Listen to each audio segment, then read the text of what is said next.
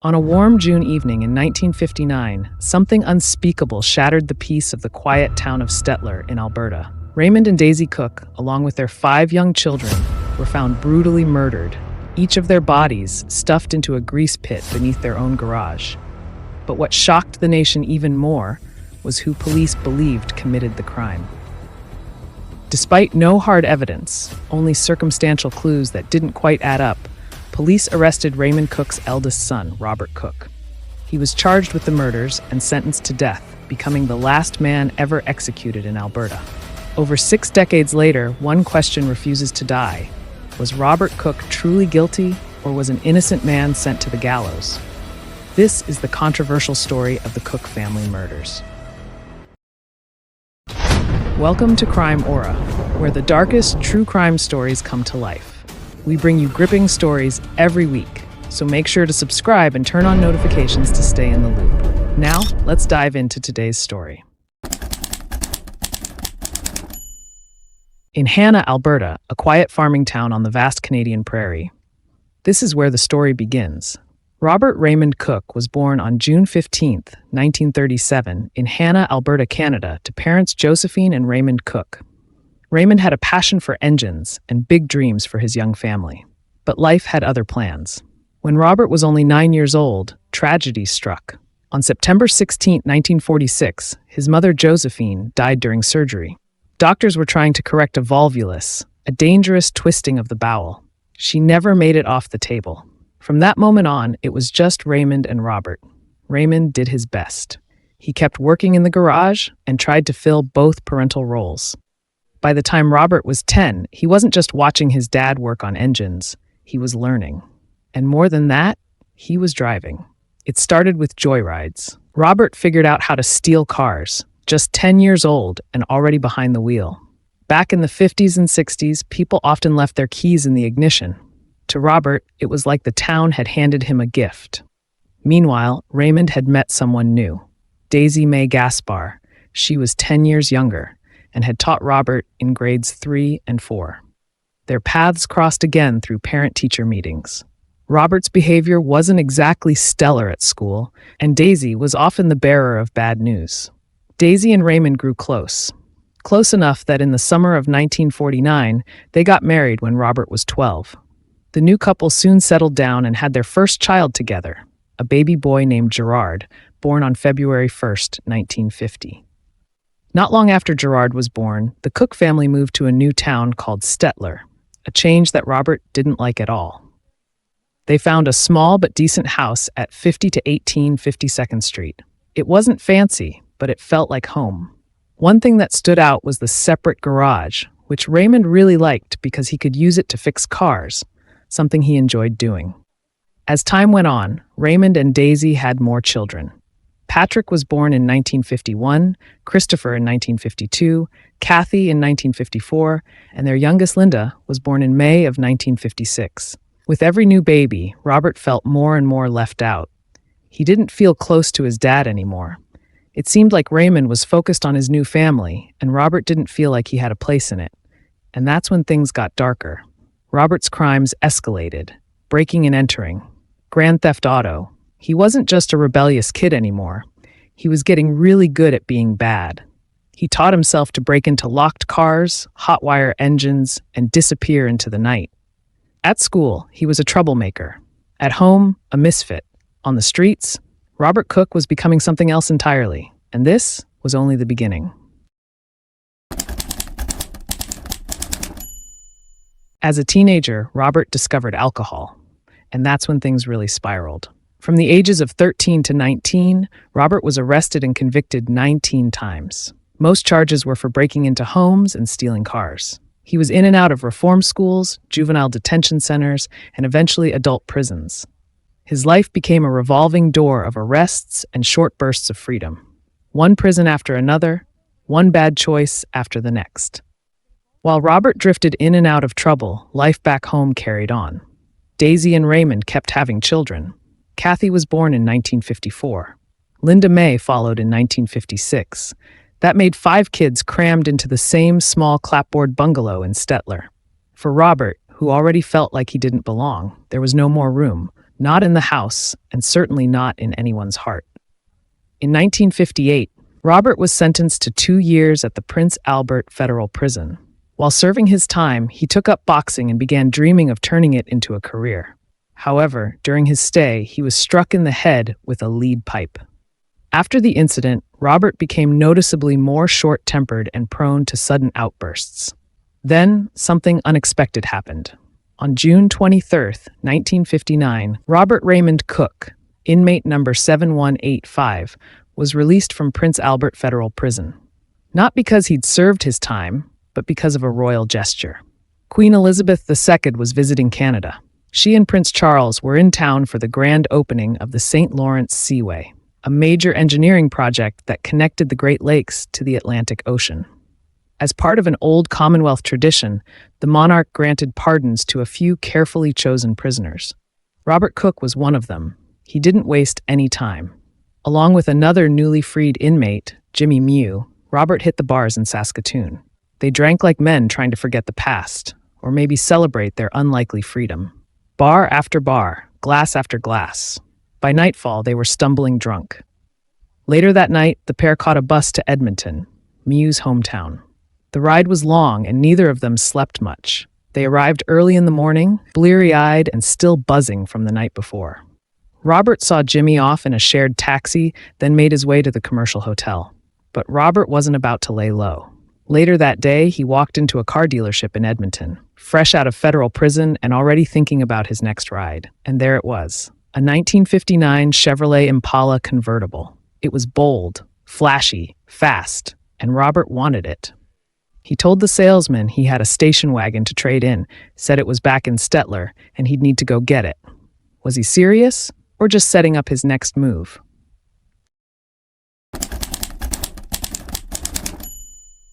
On June 25, 1959, Robert left Edmonton and arrived in Stettler. Now here's where things get odd. Instead of heading straight home to see his family, who had no idea he was coming, Robert just wandered aimlessly around Stettler's downtown. At around 9 p.m., his father, Raymond Cook, happened to run into him by complete chance on Main Street.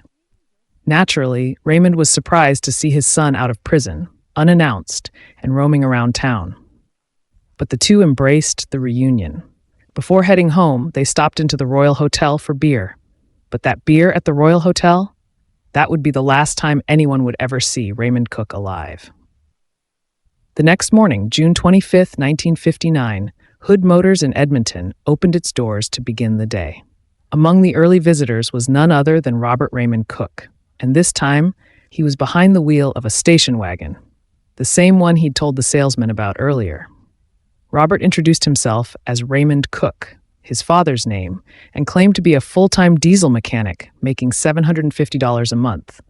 He said he could put $90 down on the shiny new 1959 Chevy Impala and pay $100 per month going forward. The salesman, Len Amoroso, noted that Robert took a long pause before responding to being called Raymond. Maybe because that wasn't his name. But Amoroso, eager to close one of the biggest sales of the week, either didn't notice or chose not to. He also didn't seem to mind that the birth year on Robert's driver's license read 1908. Robert Cook was only 21 years old. There was no way he could pass for 51. But the ID, along with the wallet, belonged to his father. Robert left the dealership that afternoon, driving off in the white Chevy Impala convertible. The next morning, when Amoroso sat down to wrap things up, he realized something important was missing. The insurance papers. They hadn't been signed. That expensive new ride wasn't insured, and if anything happened to it, it would be one hell of a mess. Rather than driving all the way to Stettler to fix the issue, Amoroso picked up the phone and called the RCMP station in town. He explained that he'd sold a car to a man named Raymond Cook and just needed a few insurance forms signed. Nothing serious, just a bit of cleanup on a good sale. The RCMP agreed to go pay Mr. Cook a visit at home. What they would find, no one was prepared for. When the RCMP first arrived at the Cook residence, the place was quiet. No one answered the door, and there was no sign of life inside the usually bustling family home. But just as the officers began to regroup, fate threw them a curveball. Cruising casually down the main street of Stettler was a white Chevy Impala, the very car tied to the Cook family. The officers flagged it down and pulled it over. Behind the wheel was a young man who introduced himself confidently as Mr. Cook. But something didn't add up. When the RCMP asked for identification, the man handed over a driver's license that belonged to a Raymond Cook, who, according to the records, was around 60 years old. The man in front of them, barely in his 20s. The officers immediately took him into custody for questioning. It didn't take long to confirm who he really was: Robert Raymond Cook, the 22-year-old son of Raymond. And Robert had an answer for everything. He told investigators he had just been released from prison and had reconnected with his father soon after. The two, he claimed, shared a few drinks at the Royal Hotel in Stettler and caught up on lost time. Robert explained that his father wanted to help him get back on his feet, so much so that Raymond offered his son the family's old station wagon to use as a trade-in for a brand new car, Robert's dream car, a white Chevy Impala. According to Robert, he offered his father $4,100 in savings he'd tucked away before going to prison. There was just one problem. Robert said he had lost his driver's license, so he asked Raymond if he could borrow his. Apparently, Raymond agreed, along with handing over the necessary paperwork for the car. But when RCMP asked where his family was now, Robert's story started to wobble. He gave several conflicting versions, none convincing. Eventually, he said his father was moving to British Columbia to open a garage and wanted Robert to join him later. The family had supposedly left the night of June 24th, just hours before Robert drove to Edmonton. The officers didn't buy it. His story had too many holes. While trying to verify his version, RCMP formally charged Robert with obtaining goods under false pretenses. During a search of the Impala's trunk, they made a chilling discovery. Tucked away were the Cook family's birth certificates, their insurance policies, Raymond's marriage certificate, the children's report cards, and more disturbingly, a suitcase containing 4 sets of children's pajamas, brand new bed sheets, and a photo album belonging to Robert's mother. Meanwhile, RCMP made another attempt to contact the family, returning once more to the Cook home. Still, no one answered. A call to Raymond's workplace revealed he hadn't shown up on Friday, raising even more suspicion. Neighbors confirmed that no one had seen or heard from the Cook family in the past 2 days, unusual given how lively the house usually was. Just before midnight, the RCMP returned to the Cook home, this time with probable cause. The house was dark. Only their flashlights lit the way as they searched room by room.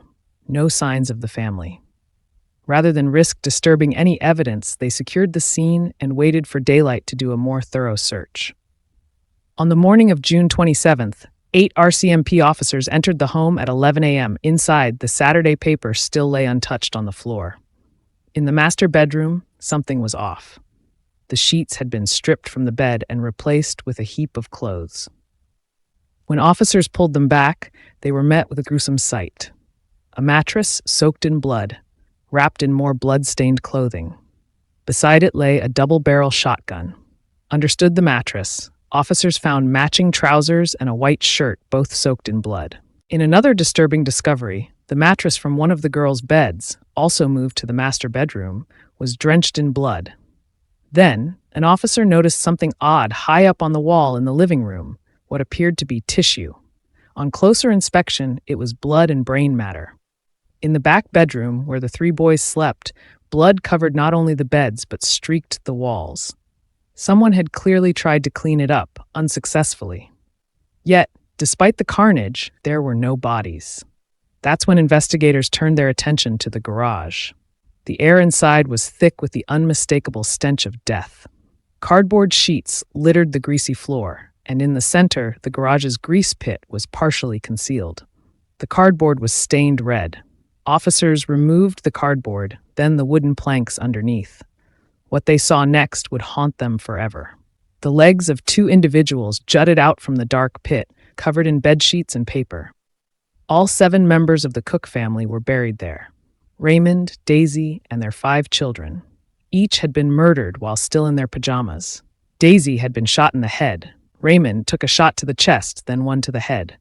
The children were bludgeoned, brutally, with the shotgun. The violence was so extreme, the coroner said, the victims were nearly unrecognizable. The timeline was clear. The Cook family had been murdered 3 days before they were discovered. Now, with the horrifying truth revealed, all eyes turned to Robert Cook. Robert had a reputation for lying, but never for violence. That stood out to many who knew him. Could this handsome, soft-spoken young man really have killed his entire family? He denied it, vehemently. But the evidence and his shifting stories told a different story. Despite his protests, Robert Cook was formally charged with capital murder that Monday morning. Immediately after his arraignment, Robert gave his first official statement about his whereabouts in the days surrounding the murders. Once again, he denied any involvement. According to him, the day after he got out of jail, he went to Bowden, Alberta to retrieve $4,300 he'd stashed before his incarceration, money he claimed to have stolen in earlier robberies. He said he gave $4,100 of it to his father that Thursday night, supposedly to help Raymond Cook buy a garage in British Columbia. He claimed he also handed over his blue prison suit since Raymond didn't have nice clothes to wear, the same blue suit that was later found stuffed under a mattress at the crime scene. But there was a problem. This version didn't match anything he'd told the police earlier. Not the story about dropping his parents off at the bus stop in Edmonton. His story was full of contradictions. When police pressed him, asking who else could have done it if he didn't, Robert seemed genuinely lost. Robert was ordered to undergo a 30-day psychiatric assessment at the Ponoka Mental Hospital. They needed to know if he was fit to stand trial. Over the next few days, Robert continued talking, but his behavior didn't sit well with the psychiatric staff. His insistence on innocence came off as hollow. Then Robert floated a new theory. Maybe someone who knew about the money had committed the murders to steal it. Robert insisted he had nothing to do with the murders. In fact, he claimed he didn't know the pit in the garage existed. He used to watch his dad work all the time and had spent a lot of time behind bars, but it's a bit hard to believe he was clueless about a whole hidden pit in the garage.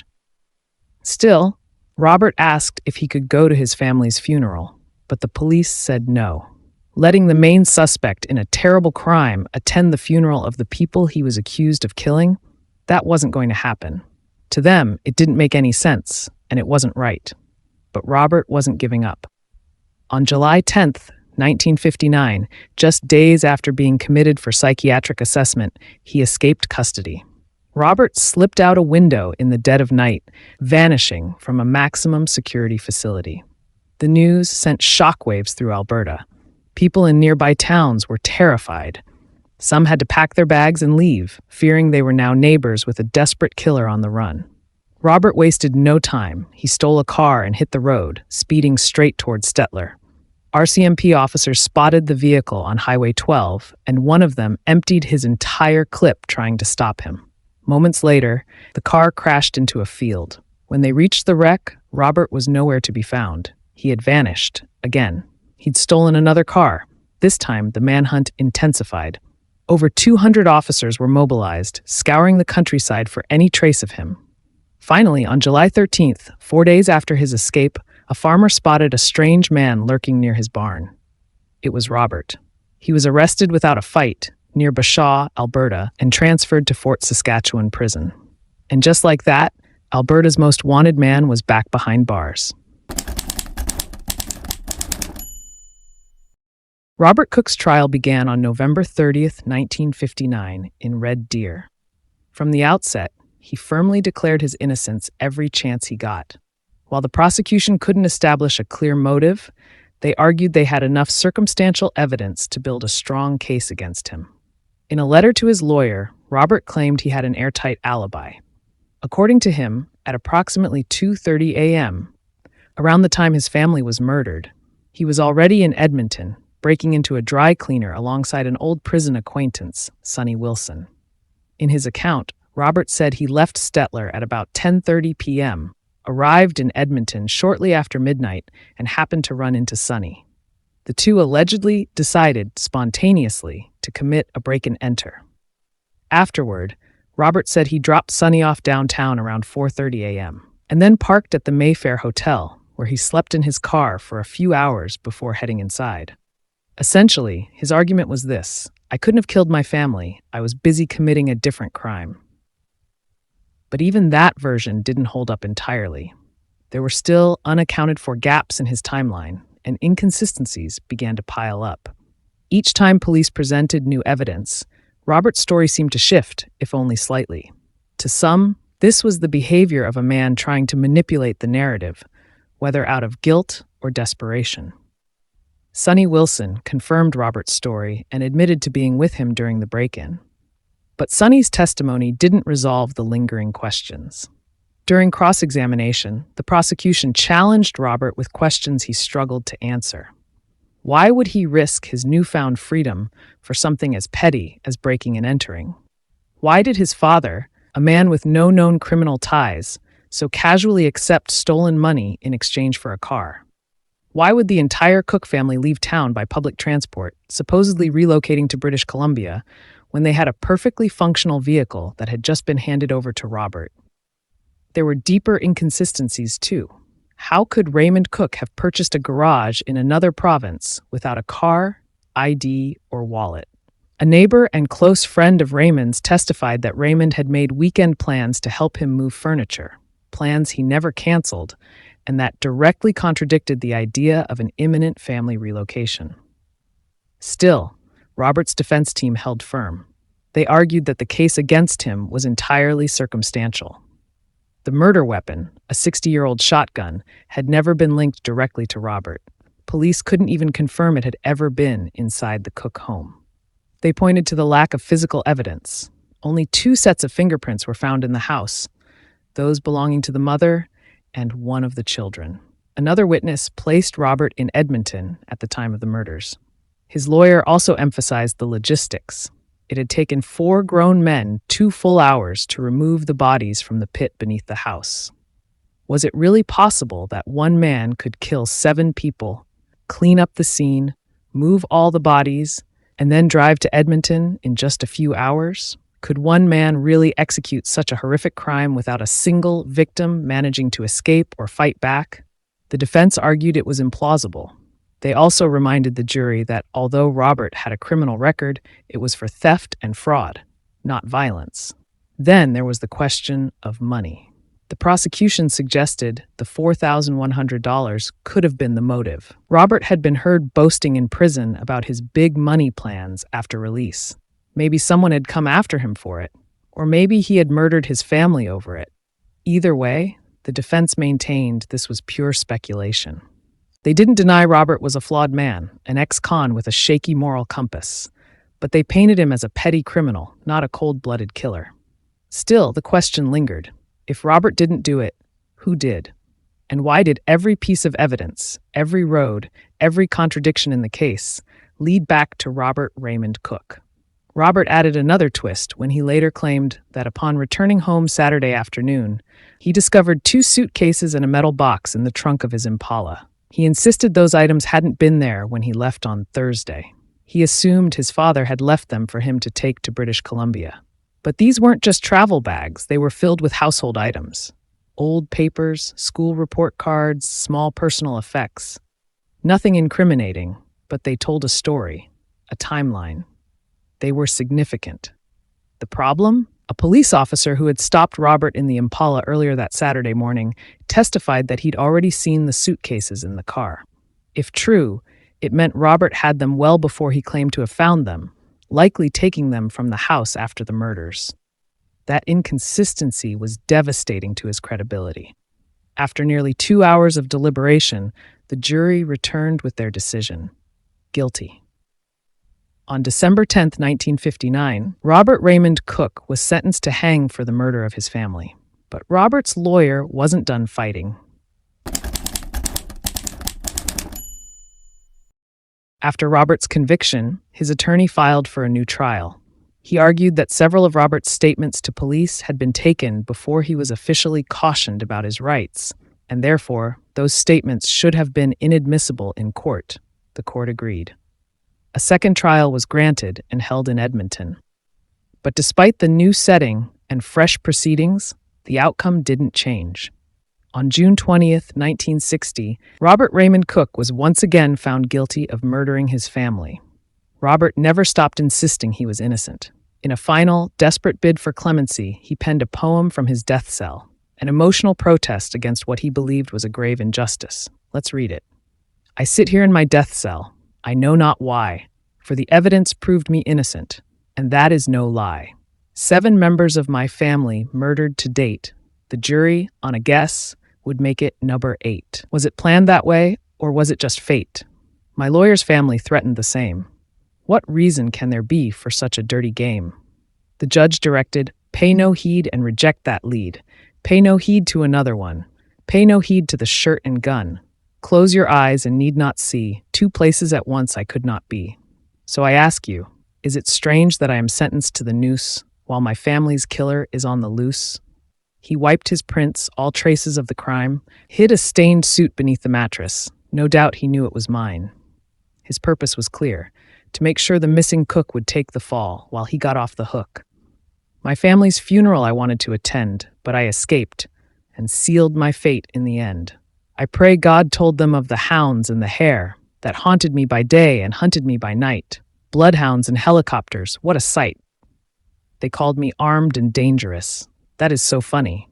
I laugh till I'm dead. I've heard of justice, but where can it be? I looked in the dictionary. Behold, there it is to see. When I asked my lawyer, he just shook his head. Justice will only come long after you're dead. So you people of the world, take note. It's murder when the innocent die at the end of a rope. Despite the poem and his repeated pleas, his request to have his death sentence commuted to life in prison was denied. In the early hours of November 15th, 1960, Robert Cook was hanged at Fort Saskatchewan Provincial Jail. He was pronounced dead at around 12 a.m. Before his execution, Robert requested that his body be donated to medical research. His remains were given to the University of Alberta Hospital, and his eyes were donated to the Edmonton Eye Bank. His case didn't fade away. It became the subject of academic study, public debate, and even a 2000 stage play titled The End of the Rope. The question that has lingered ever since, did the justice system execute the wrong man? Many have argued that the evidence used to convict Robert was purely circumstantial and far too weak to justify a death sentence. The widespread media coverage at the time, they say, made a fair trial virtually impossible. 7 years after his execution, Parliament amended Canada's criminal code, restricting the death penalty to only those convicted of murdering police officers or prison guards. Then in 1976, Canada abolished capital punishment entirely. And yet, decades later, the case of Robert Raymond Cook remains one of the country's most debated and haunting legal stories. Just when you think you've heard it all, then there's a man who erased his entire family, not out of rage, but to become someone else. A case that redefines the meaning of cold-blooded. You can tap on the screen to watch, and make sure to subscribe and hit the bell icon so you never miss an update. Thank you for watching. See you on the next one.